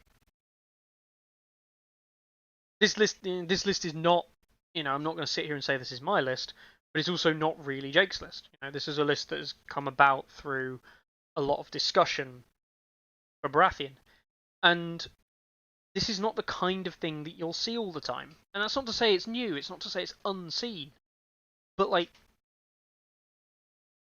just not following the same competitive standard all the time. Try and really push the boat out as to what people have and haven't seen before and how people would play against it, and understanding how it fits into two-list format and that whole thing.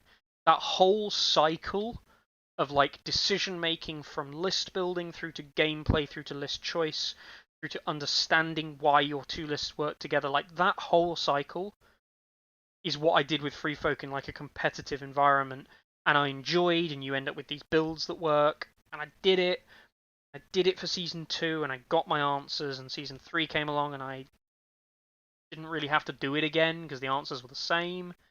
And then there's a new faction, and like, I don't want to do it for a new faction. That's not to say I shouldn't, and some people will say, well, you haven't done it for a new faction, you've never won a tournament with a different faction, so you should. And I'm like, part of me is like, yeah, you know what? I should do it with a different faction. It's not a good enough excuse to say, oh yeah, I'm supposedly quite good, but I can't play anything outside of Free Folk. But the truth is, it's tiring. Like, it's actually just tiring, and yeah, not something I want to do at the moment anymore, really. But I don't think the game is solved. Like, I think it's some factions are solved. I don't think the game is. Yeah. Thank you very much, Tom, for the invite to lead. Do I play any other games? I play a lot of video games, not a lot of miniature games. Partially because I don't get that much time at the miniature table, actually. Like, I've played 77 games there. Most of those have been on TTS. I don't get that much time at the club now that where I am at the moment. But yeah.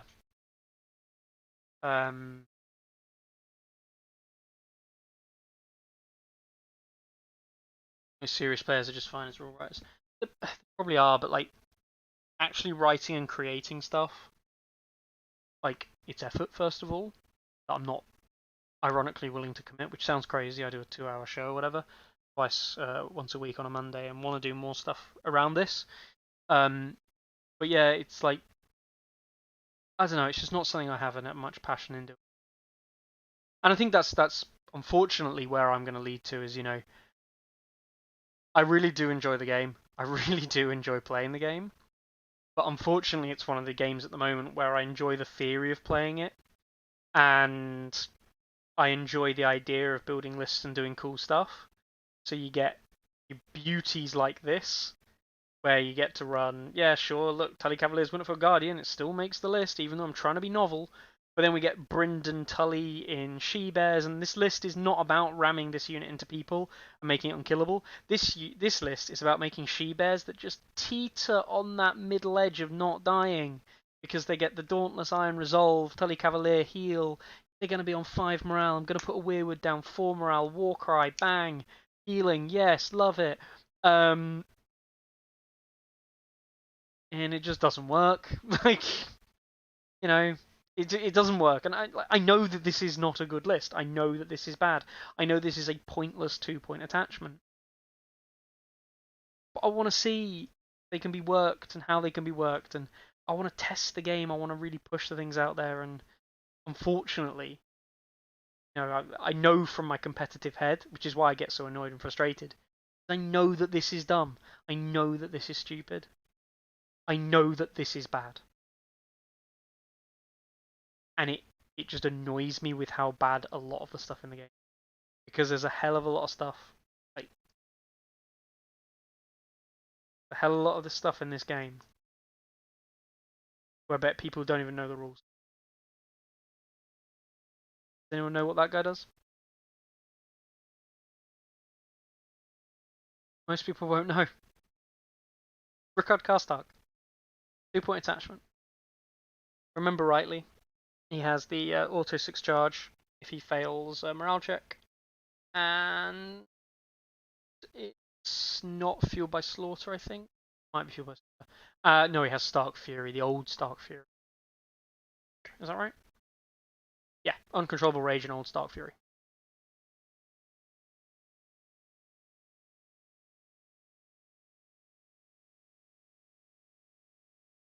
People have any idea what 2-point mage movement does? That's actually a good question. This is terrible, by the way. No one should need to know what this is. Awful. Stubborn tenacity, go down fighting, right? Unyielding, not stubborn tenacity. Oh, I don't know. That's bad. No, we did even Night's Watch. Let's build Night's Watch lists. You don't need to see me build Night's Watch. Christ. It's depressing, isn't it? You look through their 2-point attachments and you're like, oh, there aren't that many, and then you look through their 1-point attachments and go, holy shit, why are all their characters 1 point? That's just actually really sad. That makes me sad because all of their attachments are 1. Yeah. Ugh. Right, Tom, do you feel like you want to break from the game in general, or the game needs to change points? And the game just needs freshening up.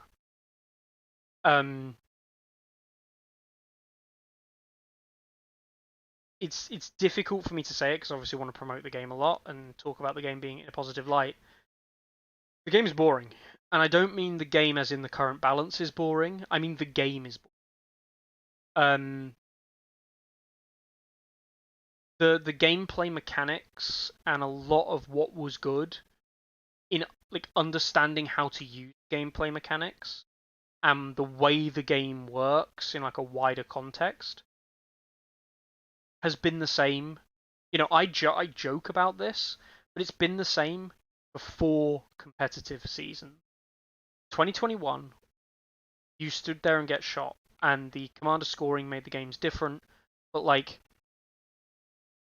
the game still played a very similar way. Season 1 changed all of that.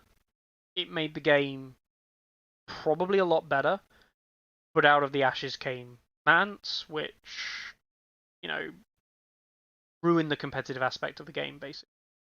But the game was generally, if you ignore the Mance problem, and to some extent Varamir, of course, when he got released, if you ignore that one issue with the game was broadly okay. You know, Harmonella came out, and Season 1 saw Martell's doing alright as well. But, like, Season 1, Season 2, and Season 3 have all played the same way. Generally speaking, they all play a very similar way. So I think it's more than just that, like, the game hasn't fundamentally changed in a long time. And they haven't got new stuff in for, like, game modes and the way you play the game modes, which doesn't help. But, like, yeah, it's boredom partially from the game itself, but it's also the mechanics of the game. You know, and it's also the other aspects of the game that are boring, the rules discussions. And I know that I say that as someone who discusses them a lot, and someone who's opinionated as all hell, let's face it. But, like, the rules discussions are the same rules discussions we were having years ago. Attachments still aren't usable. Like, most can't run a load of characters in the game and feel like you've got a good list, and I think that sucks. Yeah, like that to me is those elements have never been addressed and never been fixed and never really been solved, and it's frustrating, I guess. Yeah, a bit boring because the end result is the same gameplay patterns, the same kind of thing, and I was very crude. Someone once I said, "Why do I want to see you play Meta Kevin? Because if I want to play against a good Meta Kevin player, I'll just ask Carlo to play a game." You know, I you are relying on me making a fundamentally bad mistake if I just run the same things. So what you're asking me to do if you run Meta Kevin is for me to not run those same things. You're asking me to play something weaker. And that's fine. That's absolutely fine. But it just fundamentally is like, I'm going to run this super meta thing that's good into everything. You can't run the best stuff because you'll beat me. You have to run worse stuff. And I'm like, yeah, but the worst stuff doesn't get much worse. Like, if I want to stay competitive, I could run Targs and run the dragons and stuff, but that's pretty good against that. And, if I want to run Greyjoys, I could just stand there and get shot, and the Balon thing is still pretty good against that. Like, yeah, I don't know. Yeah, it feels like you should get. It feels there should be some reward for playing lower level commanders, and this goes back to the commanders like ranking and where things are in the game. Feels there should be some real reward in trying to make Eric with no Silencemen and no Balon work. And there is a personal reward in doing so. But actually it's not worth it. Because most of the time it's because you're certainly, for the people I play against, they've either made absolutely critical fundamental errors, or you're just that much better than them. That you can run garbage tier lists and still win. And it's just, I think it's boring because you know that. As well as your opponents, if they just bring the same meta stuff, you're not seeing anything interesting. It's very sad. It's very sad indictment, and it makes me sound all holier than thou, kind of like on top of the pedestal. But I think it has just reached a limit for me, unfortunately. I don't have the same level of passion as I once did. I'm sure it will come back. Sure it will, and I'll still be doing some Tourney Ground videos. And I still want to do some other content as well, but I'm waiting on some other things to get sorted. I can't actually make content on my setup at the moment. Long story short, rendering videos is borderline impossible on my graphics card at the moment, which is a bit of a nightmare. But yeah, like there's stuff I want to do. I'll still be here. But yeah, it's not where I want it to be. And let's have a look. Let's have a look at some tournaments. Some stuff that's just started up. We've got the TTS online tournament started up, and let's have a look at what commanders got picked. We see quite a lot of Harmonella, which is interesting. A lot of John, quite a lot of Steer. Damon Sanders, see. Gregor, Kevin. Othel is a bit more interesting. Otter Pike, Great John, Mag Varamir. Yeah, nothing out of the blue, nothing odd. Some interesting one-off. You typically get a lot of one-off kind of lists appear, but none of these up at the top here are particularly interesting. Like, not a lot of people deviated from the norm, which is fine. We see Inverse running a Cotter GCS, okay, Cold Hands Vanguard. STS Alistair Coronamon Master doesn't go for the Donnell, which is interesting. And oh look, there's a John 8. Let's have a look at this John. Mark. It's a John 8. Look at... This is another John player. Ross. It's John 8. Have a look at this John player. It's a John 8. It's not the John 8 that we know and love, though. I appreciate this man. Different. Let's have a look at this John. This is the John 8 that Brett likes to run. Doesn't run Varys and runs the double trackers instead of the Vanguard Scorpion. I think is weaker, but it is his take on it. So we see a bunch of Meta Johns, Let's have a look at some of the other stuff. Is the steer list Baroque Horus Clan? Yeah, okay. Ilya brings different stuff. Have a look at Ilya's steer. He doesn't typically run the thing, does he? Yeah, he runs his bear riders and his. Good on Ilya. That's his version of the steer. He likes it a lot. Look at the steer. He runs Weeper. Okay, with CDS. Okay, so a bit of a difference there. I appreciate that. Jake. Alfix running his steer. Let's all his steer look. You know what annoys me? It's like things are in the list the same. Look, Steer, Frozen Shore Chariots, 3-foot Raider Baroque, 3 Trappers, Raiders, Wolfman, Trappers. This is not picking on the players, by the way. Sens, Fan, Baroque, Trappers, Wolves Clan, Trappers. The same list. Exactly the same list. And it's fun if they enjoy playing it. They enjoy playing it. I'm not having a go at the players for this, like at all. I just think I really just do think it's crazy. But that's the point with Greyjoys. There's like one Greyjoy player in this event, right? And there's a few Greyjoy players. So Greyjoys, we've got Silence Men, Balon. This one doesn't have Silence Men. It does have Balon. That's Gamma's second list. Gamma's Theon list. Hang on, what? Baelor GCS, SM Asher Carl, Reapers Dario Drowned, Varys Balon Roderick. Okay. It's Baelor GCS, Reapers Dario, Asher Carl Silence, Drowned Men, Balon Varys Roderick. It's exactly the same list. At least they have put this together differently. They have not copied the list because it's in a different order from each other. They are in a different order, so I appreciate that. But it is the same identical list. There's a Vic list that doesn't run Newt, which I think is hilarious.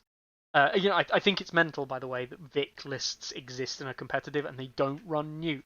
Like that to me just blows my mind that is a competitive Vic build and it doesn't run Newt. And I'm like,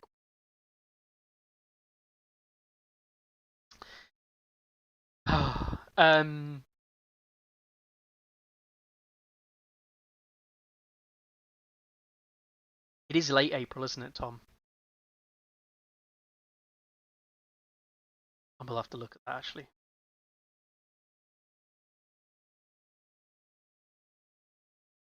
Yeah, it's late April. I will. I should be able to make this. Yeah. I have the first week of April is a big no-go, as is the second week, because that's the wedding. But that's the back end of April. That should be fine. I'll see if I'll get the couple of the guys down as well, which I know you've seen, Tom, the likes of Matt and Adam from Harrogate. Went to uni with Adam, good friends with him and Matt, so I'll get them down as well. Yeah. It's cool. It's interesting. Good to see Schuster playing Martells rather than Baratheons. I think it's interesting to see him playing faction that we're used to seeing him with. Also, I think winter is coming. Tom Tyler's back with neutrals, which is good to see. Running running a Jocken list, which I think is interesting. I'll see how that performs, especially in Tom, who is a good neutral player. I'd like to see that perform quite well in his hands. But yeah, interesting little event there. I will see how it goes. This is the online event. I'll be following along with it as it goes. Yeah. We also have, now the lists for this aren't revealed, but in case you didn't know, there's the massive Spanish team tournament coming up in Zaragoza in January, late January. So this is the same weekend as LVO. And I'm not going to go through it all, but this massive team event, and they've got like 60 odd players, 66, with plenty more on the waiting list for who will be turning up. Likes of Mikel there, as well as Palermo. I don't know if La Fuente is on the waiting list. Person who's won Spanish Nationals, better term, for years in a row. But yeah, like massive Spanish team tournament. Also happening on the same weekend as the LVO as well. So see. LVO itself, I don't know how many players they've got currently bought tickets, but there's like 22 or 23 people on stats at the moment. So it's looking like it could be hopefully get to 32. I think they have sold enough tickets for that. So that'd be a nice 32-man event on that same weekend as well in January 20th. to basically weekends from yesterday. Yeah, lots of cool events going though. If you know, it's going to be good to see some stuff going, and I really look forward to seeing what the new patch potentially in February, in answer to the question that was asked that I didn't actually answer for a long time. Was it that actually asked it? So I will have to apologise. I think so. Maybe they deleted. Someone asked the question of when do you think this patch is? But yeah, it's there's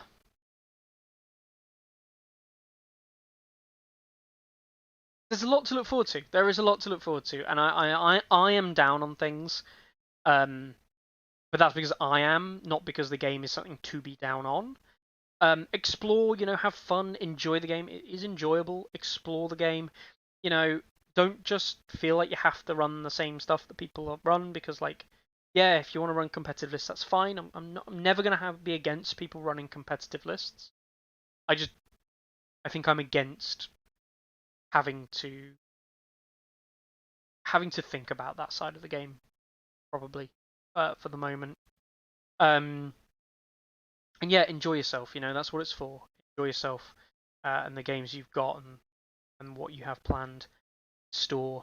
So let's go through and we'll talk about the events. We've got event in Warsaw in Poland coming up. This is a league, I think, in Warsaw, which is interesting. They've got looks like to be a small league at the moment. In Zima, in Warsaw, called Zima. I don't know what that stands for. An event in Prospect in Australia this weekend. This weekend, 13th. This weekend? Yeah, it is. I think I've seen some information for this actually. They have got some people signed up. I think they've got they aren't on the stats yet, obviously, but they have got quite a few things set up. I've seen some Facebook posts about this. So yeah, no, that's good. Good to see some more games coming out of South Australia. Australia in general. Call to arms in Almaty, Kazakhstan. What?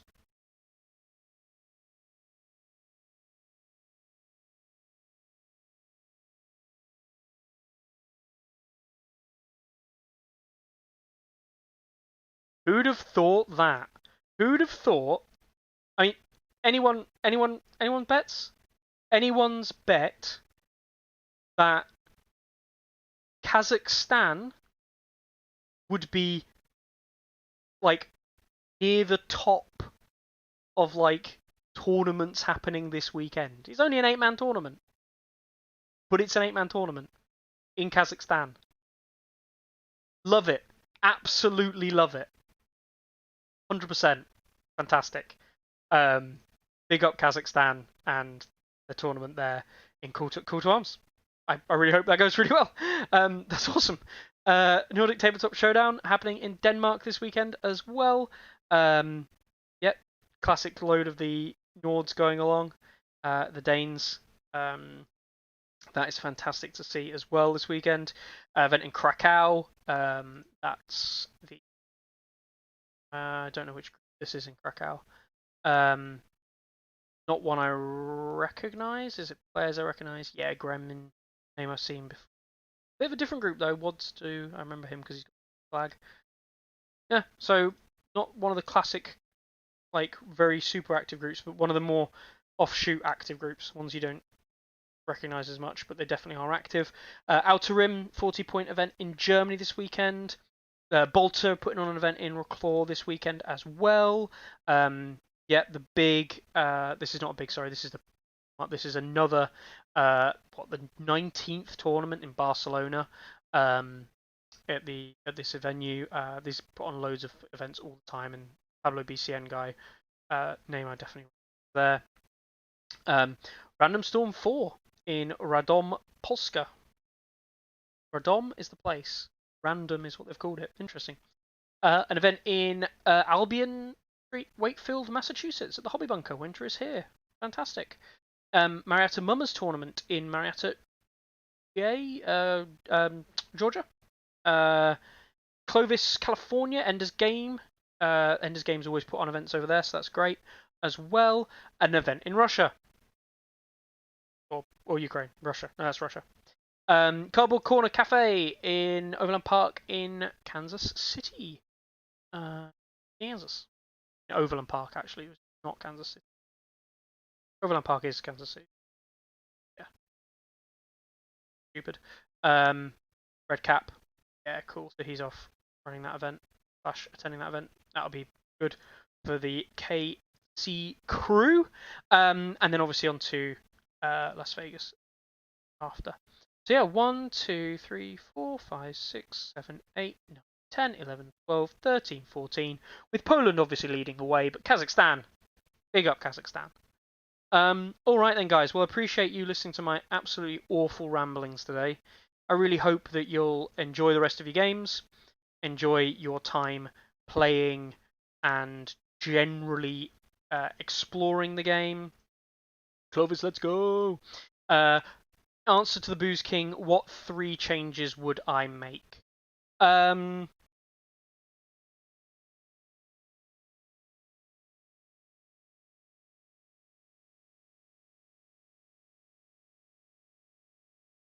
Change the way that objectives score. Make a combined objective secret mission mode that wasn't the one we have, which is silly. These are not really changes though, are they? I'd increase. I mean, obviously, if we were having pipe dream stuff, I'd just increase the points to 100 would be a good idea. 400 would so suffice, and then break the point system down so things could be worth better. That's like been a suggestion that's been on the game for like years. So,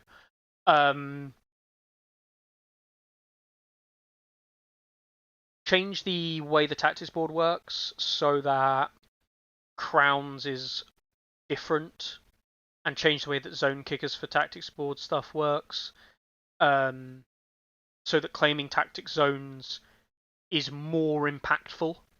So you want like denial of certain zones and taking more zones is better. But like changing the balance of it, so I know what I kind of mean. So like going first, taking the zone is obvious. It's like, oh, this is a really good kicker, but the effect isn't instant. So it's not like, oh, I get kickers for taking swords, I should just take swords, when taking swords is the obvious best thing to do anyway. Ergo, Martel. You know, oh, I got to go first. I got to take swords first because it turns on all my kickers. Oh, isn't that great? And you go, well, yeah, it's fucking stupid design, isn't it? Like, it just telegraphs the game so much. And I know it's good design. Like, I quite like Martel's design, but like, that's just one thing about them. I just think it's just so. You know, that whole thing. Make every faction based around some level of zone, maybe, and make factions that aren't based around zones deliberately not based around zones. So incentivize like even two NCU list building with those factions, because it can be like deliberately about giving your opponent zones to get value off that. Varys can absolutely do one. Like I'm fed up with just like you take a zone, like took a zone like swords to stop your opponent taking swords, and you did like 2 wounds, and so I then did Varys 3 hits. And okay, it's a resource, but I spent the Varys 3 hits, and it did 2 wounds to you. Good job. Like, yeah, well, this is crap. Like, and I know that, you know, arguably that's a free folk mindset, but like, trust me, I've been in that situation with Starks. Where Starks, you're like, right, I'm going to take swords because it's the right thing to do, and I still get fucked over by Varys. Varys can absolutely fucking do. Bane of the game's existence. And yet, I think he's important for balance. But World Revolt time. I don't know. Bunch of other changes I can probably imagine, but they're all bad. They're all ill thought out, not really think about the ramifications. Basic level, I don't like this thing, so I'm changing it, which is usually like literally the worst way of making changes to games, because you're just changing things that aren't that bad because you hate them into things that are probably bad for game balance, which is why I always hate people making these changes is most of the time it comes from a personal design reason why they should change it, not a gameplay reason it should be changed. Yeah. Anyway, I'll stop rambling, guys. Have a great week. I really hope you enjoy yourself. I hope you get some hobbying. I've unfortunately sat here with an open box of hobby stuff, which I took out everything, and I fixed all of my Fen spears. Did one or two little conversions, including a guy with a Bolton banner. So they're all fixed up now, ready to get painted actually properly. Loads of broken stuff. But that's sat there for 2 weeks and I haven't painted a fucking jot. So I'm going to hopefully get my motivation up to do some more painting and hobbying. Hope you do too. And apart from that, guys, enjoy yourselves. Don't do anything stupid. And I will see, I think. Yeah, why not? Take it easy, guys. Ready? Aim! There's too many! Anyone see my mammoth? Stubby!